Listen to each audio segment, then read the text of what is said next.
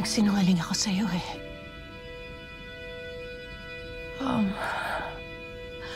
Ang totoo,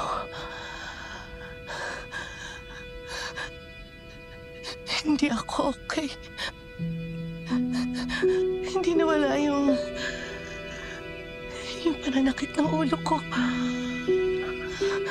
What? Oo. Nagsinungaling ako sa'yo. Sinumbong ako kanina.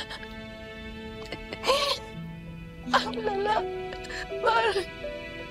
Parang bibig yung ulo ko sa sakit.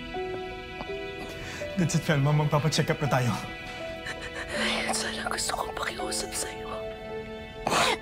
Sana samahan mo ako. Ano ba naman, Felma? Hindi mo na ako kailangan tanungin.